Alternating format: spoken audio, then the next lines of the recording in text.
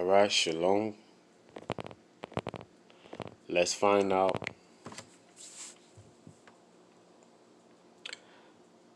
why did God wanted Moses dead. Okay, so let's start at Exodus chapter 4, and we'll start at verse 22, and it says, and this is God speaking to Moses to go relay a message to Pharaoh, and it says, and thou shalt say unto Pharaoh, thus says the Lord, Israel is my son, even my firstborn. And I say unto thee, let my son go, that he may serve me.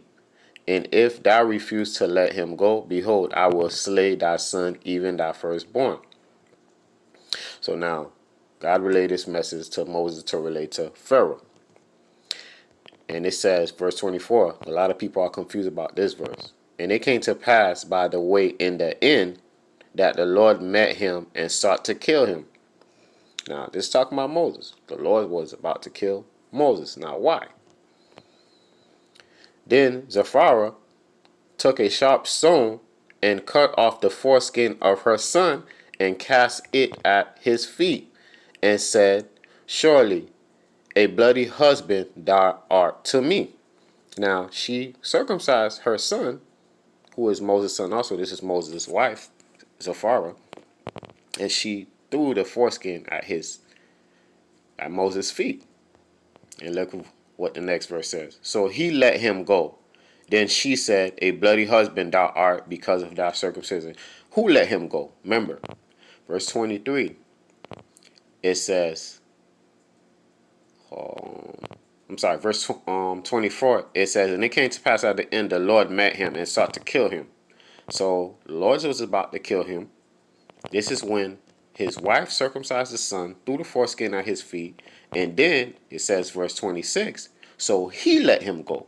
The Lord let him go, let him live. Why? Because his son wasn't circumcised. All right? Now, let's get more proof to this. We'll have to go to other sources. Let's go to the book of Joshua. All right, so we're in the book of Joshua, chapter 79. And we'll start at verse 8. And it says, and Moses rose up to go to Egypt, and he took his wife and his sons with him. And he was at the end in the road. And an angel of God came down and sought an occasion against him.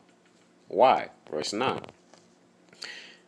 And he wished to kill him on the account of his firstborn son, because he had not circumcised him, and had transgressed the covenant which the Lord had made with Abraham. Verse 10.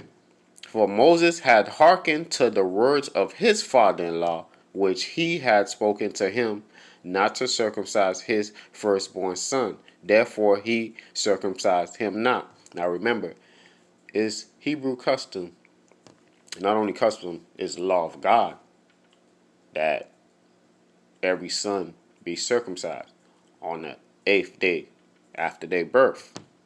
Now, Moses listened to his father-in-law, who is not an Israelite.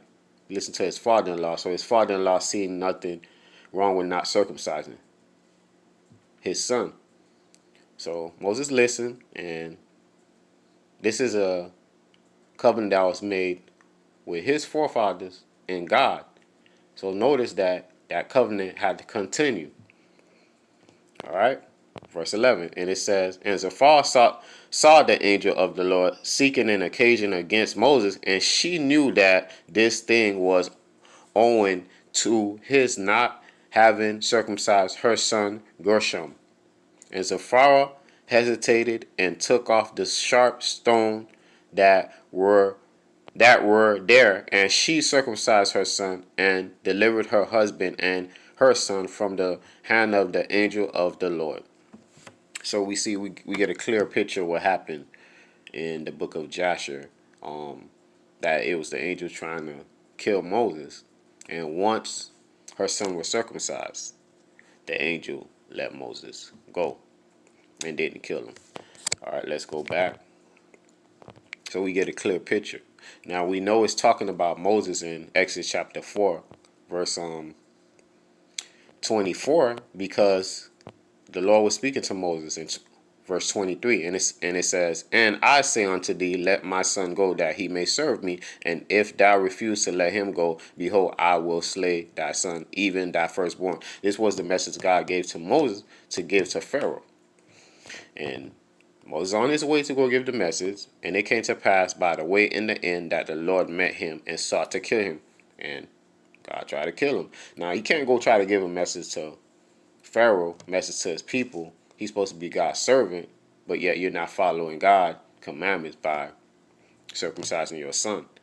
Of course, God knew they was gonna end up circumcising, but you know, hey, it happened.